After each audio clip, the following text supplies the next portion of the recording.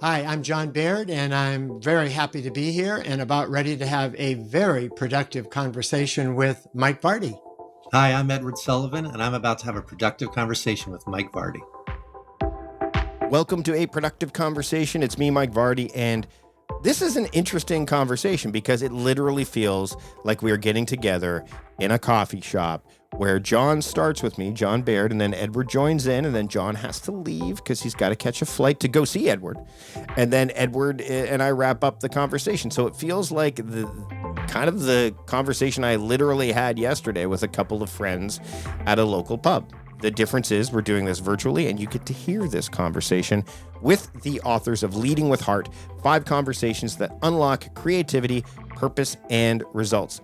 We had a really great time. I did. Having this conversation. We talk about fear. You know, it's a common thing that we talk about on the show and how it can hold us back, the idea of archetypes and why they constructed the book the way they did, with fear being second, but purpose being last. We talk about the idea of the lights on, lights off experiment. We talk about Maslow and his hierarchy of needs and what in the book, how they address them and how they maybe explore something based on a conversation that Abraham Maslow and Alan Watts had. There's a lot to get into in this conversation, including how to read the book that we talk about. So let's get to it. Here's my productive conversation with a couple of really great guys, John Baird and Edward Sullivan. Enjoy. John, thanks for joining me today. We've got Edward joining us here in a bit as well, but I wanted to dive in to talk about the book, Leading with Heart. You're one of the co-authors of the book. As we kind of get into it a bit, right out of the gate, how did you two feed off of each other when writing a book? Writing a book on your own is tough enough. Writing a book collaboratively presents its own challenges, right? Yes, yes. This is actually my third book. My first books were academic books done in the business college, where I talked about leadership and communication, mainly an academic kind of a textbook. This one was so different. I mean, it had to be interesting, compelling. We had to tell the stories of our early work at Apple and Nike, and then the current work we're doing right now with a lot of high-flying startups like Bombas and MasterClass and DoorDash that has more recently gone public.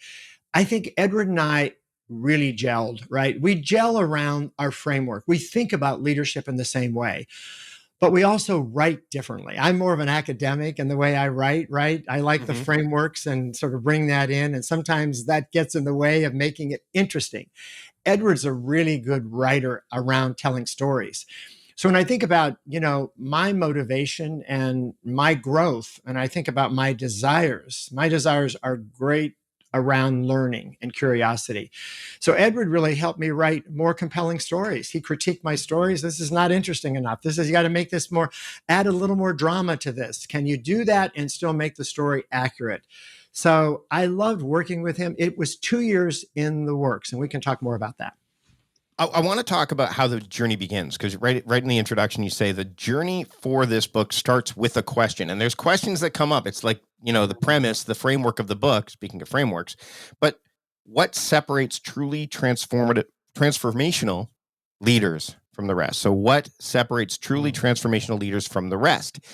And Leading with Heart, I had another collaborative effort on the show not too long ago. We'll link to it in the show notes. Love is a business strategy, and we're seeing more of that come to the fore to a degree. But it's challenging. It's harder to do because you're not talking about KPIs and OKRs and all these. Like there is this nuance and this qualitative effort. So, when you're putting this book together, how important was it for you both to kind of get leaders to look at it and go, oh, this, like, give them that light bulb or that aha moment along the way, so they can forsake, like, say, quantitative data? Because I think that's really a challenge. Yeah.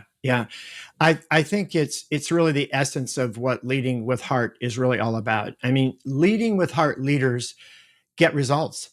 And we are about, as coaches at Velocity Coaching, we are definitely about helping companies get results, take their teams to the next level, take them public, just get the highest performance out of those teams. So we discovered, and it's interesting to look at this, around all the hundreds of people that we interviewed and all the development plans around the coaching work that we do. We found these conversations that were really in common with these leaders.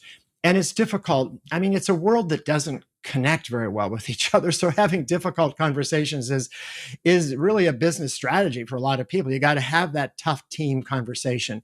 We discovered that they have them, right? They have them around these 5 areas. And the book is really developed around these conversations, and lots of tips on how to actually have them and do them in a way that is with heart, but also with accountability as well. Edward has joined us. Edward. Yes, he has. Yes, he has. Edward's joined us. And actually, this lends beautifully into the question. So what's that first question you guys bring up in the book? And I want to lean into Maslow a bit, because Maslow comes up, Abraham Maslow. I talk about his stuff in my work as well. So Edward, why don't you share like that first question? Because I think that lends in nicely. It's an opportune time for you to jump into the conversation.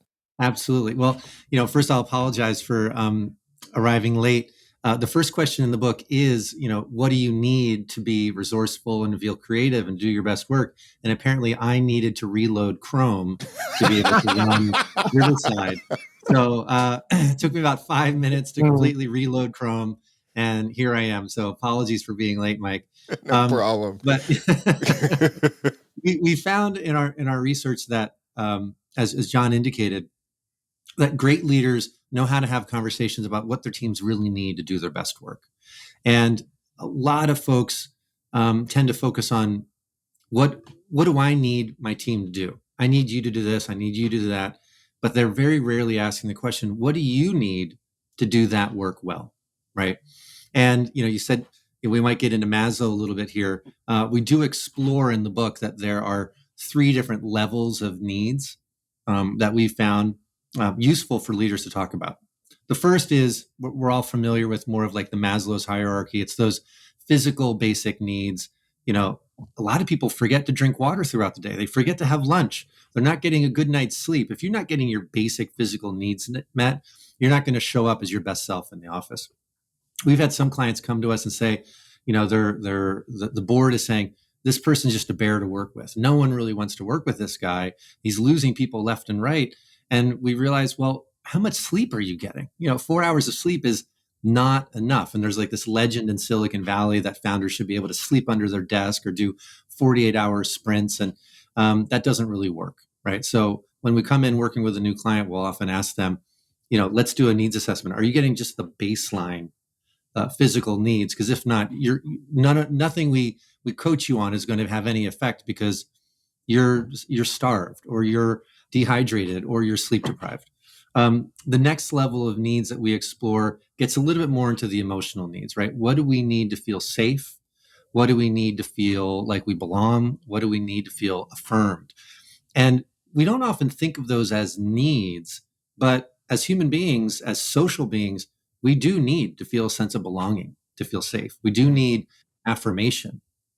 And that's one of the areas where we see more people starved, quote unquote, than just about anything as far as the needs go. We're working in systems now where with hybrid work, we don't have those little social interactions, those water cooler conversations, those coffee breaks and lunches that create the social connection that kind of, bind us together. Yeah, the energy around it too. Yeah, the energy, like being in person. There's you miss that, right? The human connection. Yeah. Mm-hmm. And a lot of people are fighting back against attempts for teams to return to office. People are saying, but we've become accustomed to this. I want to work at home. And that's great. But I don't think most people realize just how starved they are for human connection. Mm-hmm. And up until a couple of years ago, we got 60% of our face time with other human beings in the office. Right. And now that's all gone. So we talk extensively in the book about helping people get their their emotional needs met. And then the last area we do explore in the book is the environmental needs, which is the thing we often forget about, right? Well, and that's the thing Maslow forgot about. You telling the story about how Maslow I mean, I would have loved to have been sitting, be a fly on the wall with him and Watts talking, like having a conversation. Like, whoa, Maslow. So people don't realize this. Right? So Maslow wrote his original needs hierarchy, back in the 30s or 40s, right? And then late in his life, in the 70s, he lived for a long time at a place called Esalen in Big Sur, California. Yeah. And John and I have visited there. Yeah. It's, this legendary place that was kind of founded by hippies and is now the center of the human potential movement. And, we tell a story in the book of Maslow sitting there reflecting on like the beauty and watching the waves roll in and realizing that he'd never felt more creative. He never felt more connected. And he was like, I've missed an entire part of the needs hierarchy, which is the need for beauty and Space. and nature. Yeah. And, John and I realized that in writing this book. I wasn't able to write the book living in New York City, right? I had to go to California. I went to Costa Rica for a little while. Santa Fe. I had to get out. What'd you say? Santa Fe, Santa Fe. Santa Fe. Yeah, we did all these little retreats to go to connect with nature and feel inspired. Yeah. And it's something we often dismiss.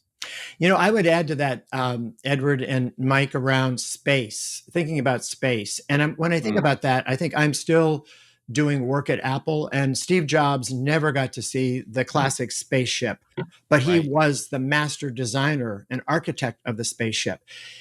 It's so impossible to walk from one space to the other without being outside and around. And he was a master at space.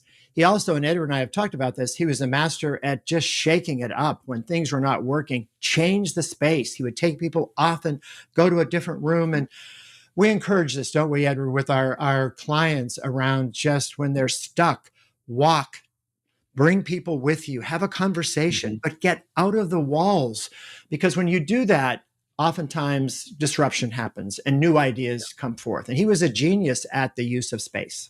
Well, you bring up the term blind sets, which I had not heard. I mean, number one, I think you guys get credit for coining it. I've not heard it before. Maybe someone else did, but I'm going to put my stake in the ground and say I've not heard it before. I heard it in this book. But can you explain? We hadn't either. You hadn't either. Okay, there you go. It's yours.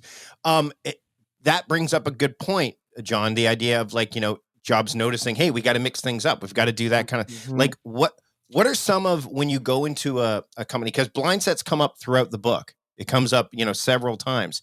What are some of the things that you've noticed with companies that are not necessarily, that are either trying to transform into leading with heart or just are really stuck? What are some of those blind sets that you found? I'll start with you, John, and then Edward, you chime in. Yeah.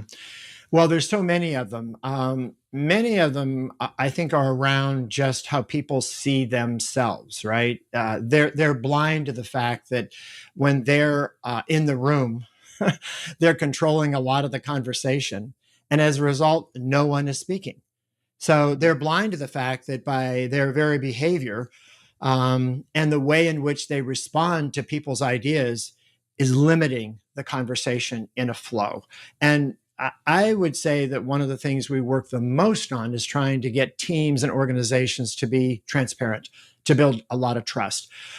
We know that lots of people leave organizations, many of them. I don't know what the statistics are, Edward. Is it 10 times from last year from the MIT study? 10 times more likely to leave toxic environments. Leave because of toxic environments. So, in a lot of the behaviors of leaders, I think their beliefs around the way in which things need to be done limit the conversation. And oftentimes they're not having the conversation about the most important thing. So command, control, controlling conversations, not allowing people to raise issues. What are they thinking but not saying? We talk about this a lot. How do we get that out of the sort of dynamic of the team and move to a different place? And there are other self-limiting behaviors as well. Right, Edward? Sure. Yeah. Yeah, absolutely. Yeah. Absolutely. When I think about blind sets, Mike, I think about one client we had who was trapped in what we call the skepticism blind set. When you're skeptical, you aren't really seeing how good things are, right? You're questioning everyone, you're questioning everything.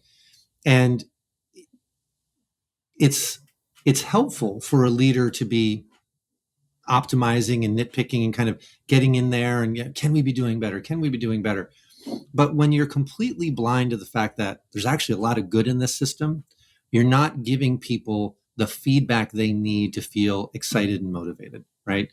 You end up starving your people of something that one of their deep emotional needs, which is recognition, right?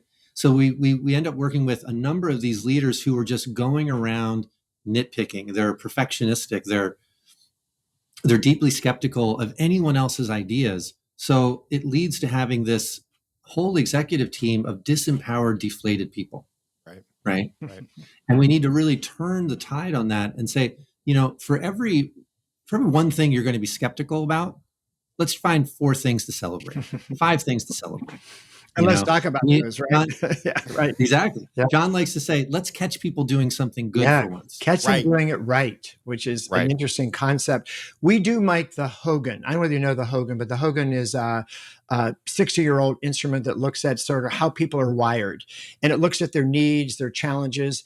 There's a section of it that it's known for, the dark side. It's like, this gets a little bit into desires, somewhat, but skepticism as a blind set comes out very high with a lot of founders that I work with. Now, the skepticism probably got them where they are in some ways because they're just in the early stages. That skepticism probably helped that product. They're very product driven, very technical. So, they just are knowledgeable. They're often right. But as they scale teams and as they bring in more experienced people, if they're always the right person in the room, they're always the smartest one in the room, and their skepticism is overdone, oh my God, they're not scale. And those companies often don't make it to the next level. Right. I want to touch on desire in a bit, but I want to circle back to something John and I were talking about before we hit record, and the idea of purpose. Now, purpose comes up as the last question in this book. What is your purpose?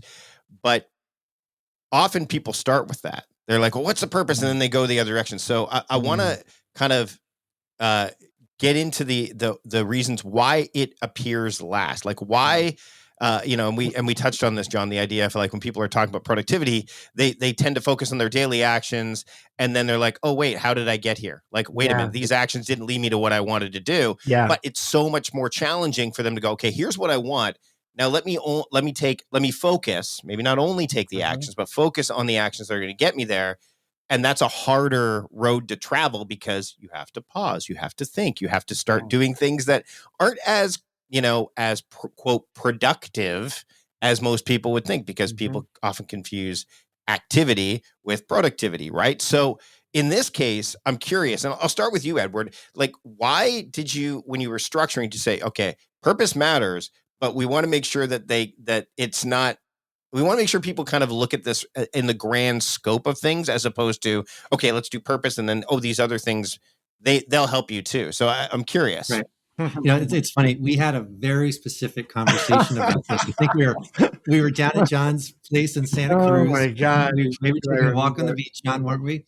And we had this exact conversation. And I remember we were talking about the fact that a lot of people now have what I like to call a purpose bypass. They're so focused on the why that they forget to do the fundamental work of preparation to be able to even execute on their purpose, right? So we put purpose at the end of the book as a way of saying, this is the culmination of all this other work that you've done.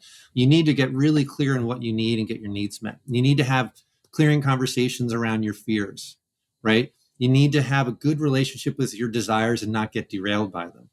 Let's get in touch with what your gifts are. And now that we've kind of tuned the instrument and we've kind of cleared the pathway, let's get very clear on what your purpose is and start executing on it. Because I don't know about you, but I find a lot of people today, they are so focused on their purpose, but they haven't done any of the baseline work to be able to execute well on it. Right. So they're just very well-meaning individuals who are so committed to this lofty idea, but they're unable to pay their electricity bill. Or, they say like, well, my purpose is, to be a superstar. My purpose is to get on the stage and the screen and say, well, let's have a conversation about your gifts, because I don't know you're actually gifted in that. You went down the artist path, because I've done comedy, acting, all that stuff. That's generally writers, like the creative fields. That tends to be, I'm going to be this thing, and like, art and commerce do collide at some point. So you have to think about how that's going to work. They do. Exactly. Well, it's interesting, Edward, about that, because I do remember that conversation. I find it really important to work on those things that people are afraid to work on, right, Edward? I mean, talking about their fears. We like the fact that the early chapters deal with, I think, some of the most challenging things that leaders have to face, their own fears, the fears of others, creating good climates, et cetera. I will also say that right now, with the way things are in the world and the economy, most of the startups that we're working with are resetting a lot of the just where the company's going, where the focus needs to be. And I am reminding them often, and they often forget this, about their purpose. It's like that doesn't change. When you reorg, you restructure, you even rift and get rid of people, there are fundamental things around the way this company was founded that you've got to remember. So interesting, Edward, I'm coaching a lot of people now on the why. Don't forget the why as you do all this transactional stuff and as you look at the finances, et cetera. And then also ask the purpose question to individuals that are still there in the organization. Are they purpose driven? Is what they're doing connecting to the larger goal and purpose of the organization? Ask that question, because oftentimes we assume that their purposes in their roles and their jobs are connected. Often they're not. You bring up early in the book, especially as I went through, the exercises, models, things like that, so that people have something to tangibly hold on to. Then later in the book, you talk about, like, let's use lights on, lights off as an example, as an exercise. So John, I know we touched on this before we hit record. I'd love to talk about that, because I think when you get to those later chapters in the book where you've set the foundation for the book, and then you get into some of the more qualitative, meatier, like you really, this would be an example of like a blind set to an example, like we talked about. So can you touch on this lights on, lights off exercise? Yeah, I think rather than talk about the example in the book, right, which is my lights on, lights off moment, when I was lights off and needed to be lights on, and I was videotaped. And when they videotaped me and I talked about the things I wanted to do that would bring me joy, I was just animated and my nonverbal expressions were there. My eyes, they just identified these lights on moments, which just in quick summary caused me to leave my first company and start Velocity. Edward, you are so lights on. This is really so interesting, right? I mean, Edward and I are talking about the company has really grown, et cetera. And Mike, you too, I can tell when your lights on as you talked about commerce and comedy and all of that kind of stuff. Your lights on, Edward, when you're talking about where this company might go and what the next stage of Velocity coaching is. And your lights on when you talk about the book and how the book relates to what the next stage of Velocity might be. And you just light up. And for me, as the founder of the company, I want to actually reinforce those lights on moments, because that's when you're at your best. And you need to be doing more of those things that are lights on for you. So that's how I'll talk about lights on, Mike. It's nuanced too, right? Like that's like you have to. Again, a lot of this stuff relates back to time and productivity, which is why I want to have you guys on the program. Is like productivity isn't about like speed and effectiveness; those are byproducts. Like efficiency and effectiveness are byproducts of. It's really about like, what are your intentions? How are you going to pay attention to it? And attention is the big piece. And in that experiment and that exercise, you're having to pay attention. Like you have to. If you don't, you're not going to get what you just explained, John. So, I want to shift and talk about paying attention to fears, because that's the second question. I know as we're making our way through here. People don't like to pay attention to their fear as much as they probably should, because they are ironically afraid of fear, which creates this whole cycle. So can we dig into the idea of, the archetypes and the stop, the start, the continue, because I think that piece in the book, I think opens the door to the following, the desires, the gifts, the purpose. But man, fear, it's a tricky beast. Edward, do you want to start? Start it. Mike, when we do keynotes on this, I just did one a couple of weeks ago that I was just reviewing before our call. I like to say that the needs conversation is about putting gas in the tank. Like you have to have a full tank to be able to even get started, right? And the fear conversation is about clearing the way, right? Because fears are those things that they get in our way. It's the potholes, it's the blockages, and it's the thing that we think we have the least amount of control over, right? But we actually have a lot of control over our fears if we're willing to have the conversation, right? Right. If we're willing to get out of the car and move the thing out of the way, right? It does take work. People don't like talking about fear because fear, they think that makes them look weak. Right. Right. We aren't supposed to have fears. We're supposed to be fearless, which is one of the great myths, right? The definition of courage is not being fearless, but it's acting in spite of fear, right? And we often forget that. And we introduced the fear conversation so early in the book because we have learned over our combined, John, what's it been, 35, 40 years combined coaching. Mm-hmm. Most of that's John's, but I like to, put my years in there and just add on top of his. But, in this work that we've done, we've realized most negative behaviors in the workplace are the result of people acting out of fear. All the toxic behavior, the undermining, the politicking, the perfectionism, all right, we get into the archetypes in the chapter. Those are all people acting out of fear, right? They are in fight, flight, or freeze, right? And if we can put a spotlight on the fear, it goes away almost immediately. As soon as we start talking about it and say, what are you really afraid of? Why is this a pattern behavior for you? Where does this fear come from? Who are you worried about impressing? Like, we really dig into all that in the coaching. We have major breakthroughs because people suddenly see, oh my goodness, I am causing all these problems in this system because I'm afraid of looking bad, or I'm afraid of not making my parents proud, or I'm afraid of failure. Or I'm afraid of missing my Uber to catch my flight. Speaking of flight. Yeah. Well, it's funny, Mike, I would just add to that the challenge of once the fear is identified, whether it's the perfectionist, the need for approval, the imposter, or the types that the reactions that Edward talked about. As a coach, I find it challenging. They can name it, but getting them to present their story. The stop, start, continues and tell their story. Mm-hmm. And boy, that's where the coaching, some people are less apt to be vulnerable, but we want them to talk a little bit about their story. And at that story, when they tell that story, oh my gosh, does that ever connect with people? And it actually encourages and reciprocates people talking about their fears as well around the product. It makes the team dynamic such that they can actually have the important conversations. So my Uber person has actually, it's on my watch. It's like, Mike, I am so sorry I have to go. Edward can take this from here. I have really enjoyed this.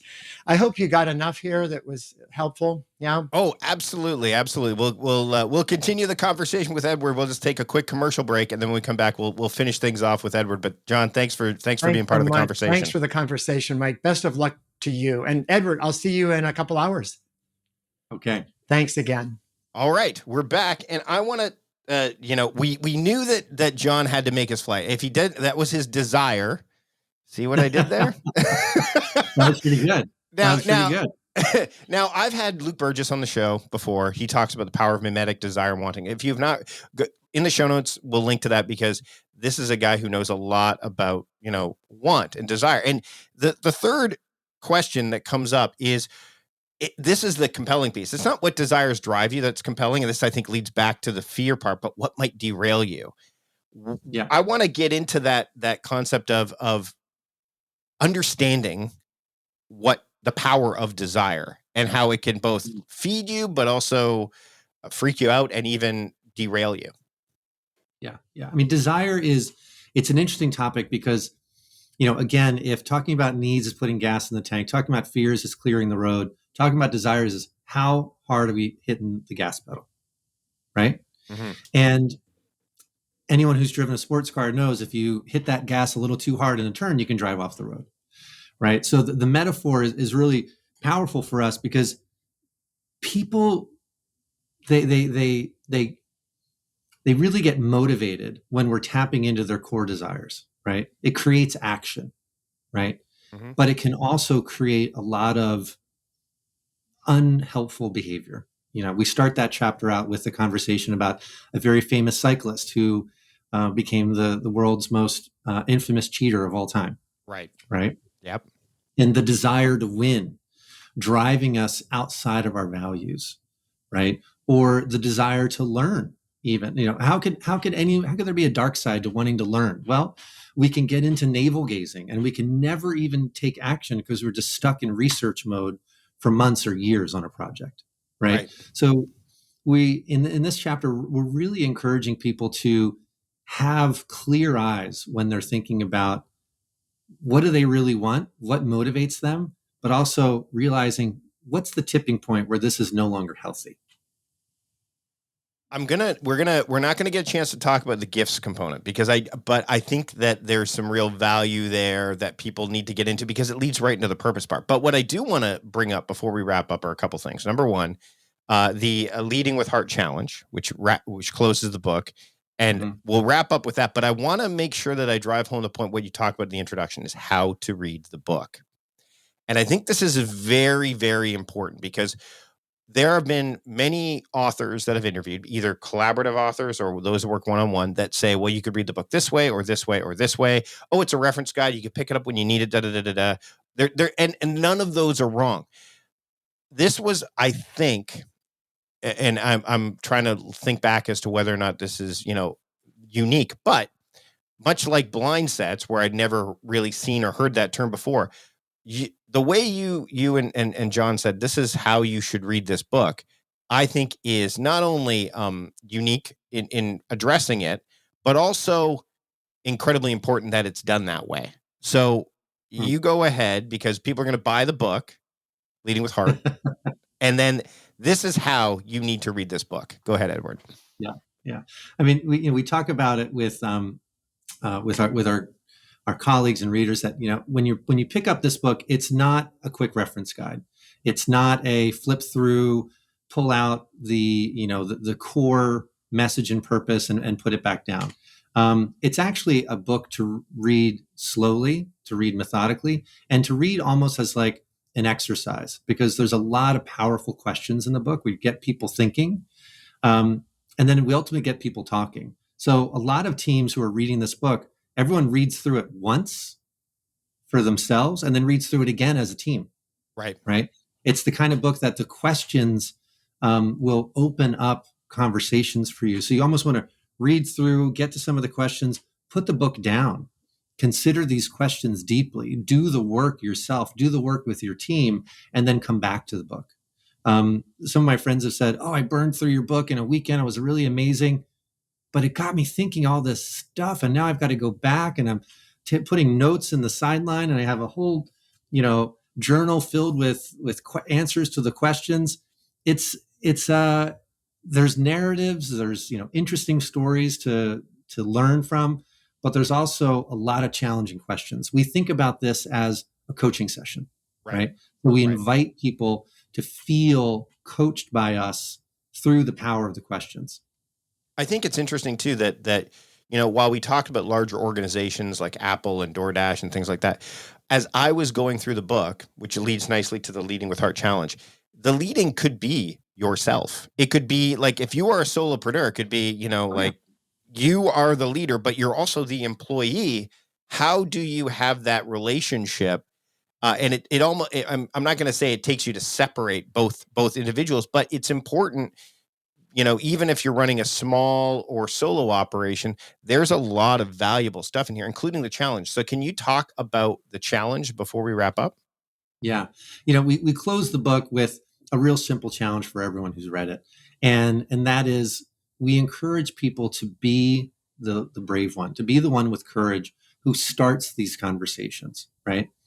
And if you're not having the courage to ask your colleagues about their needs or tell your colleagues what you need, that conversation is never going to happen.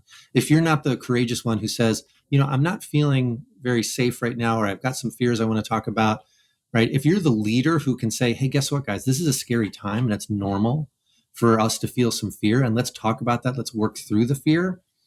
That's leading with heart, right?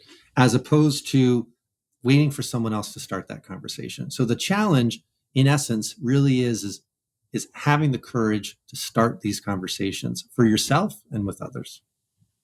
So this has probably been one of the more unique episodes of A Productive Conversation. I've always said I want them to feel like it's like you're having a cup of coffee with us and stuff.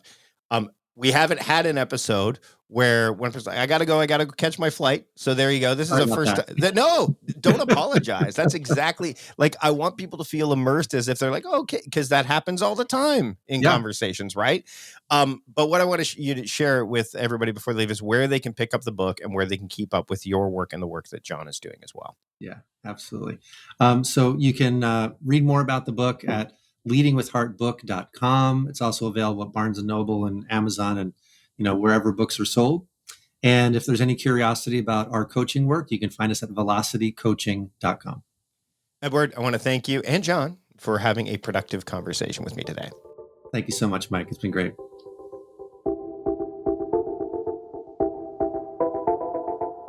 Big thanks to John and Edward for joining me throughout this episode. Like I told you, this was a Baird and unique one because, we had different times where conversations were happening. It's always fun, can be challenging to have a conversation with more than one person, but I think we pulled it off. I hope you think so as well. If you want to pick up the book, you know where to go, but you also know where to go to get all of the other helpful and relevant links to this conversation. Just go to productivityist.com/podcast 448 and you'll be good to go. And by the way, if you want to help out the show, there's two ways you can do it. The first way is to visit our podcast sponsors page. Go to productivityist.com/podcast sponsors, and you'll be able to check out the sponsors that you heard mentioned during this episode. Another way to support the show is to subscribe. Wherever you're listening to this right now, all you have to do is hit the subscribe button, and that way you won't miss a single episode of what's to come. We've got some great conversations coming between now. I've got them booked all the way till February 2023. So we've got a lot in the pipeline. Plus, it makes it a lot easier to find episodes that we've had in the past, with Luke Burgess, who I mentioned on the show, and, the gentleman behind Love is a Business Strategy and all that stuff. Another way to support the show is to subscribe. All you have to do is hit the subscribe button wherever you are listening to this podcast. Spotify, Apple Podcasts, Overcast, Google Podcasts, wherever you are listening to the show right now, hit subscribe. That way you won't miss a single episode of what's to come. It's just going to be delivered to your podcast app. And we've got a lot of podcasts mapped out and planned for the next several months, but it also makes it easier for you to find episodes you're looking for in the archives.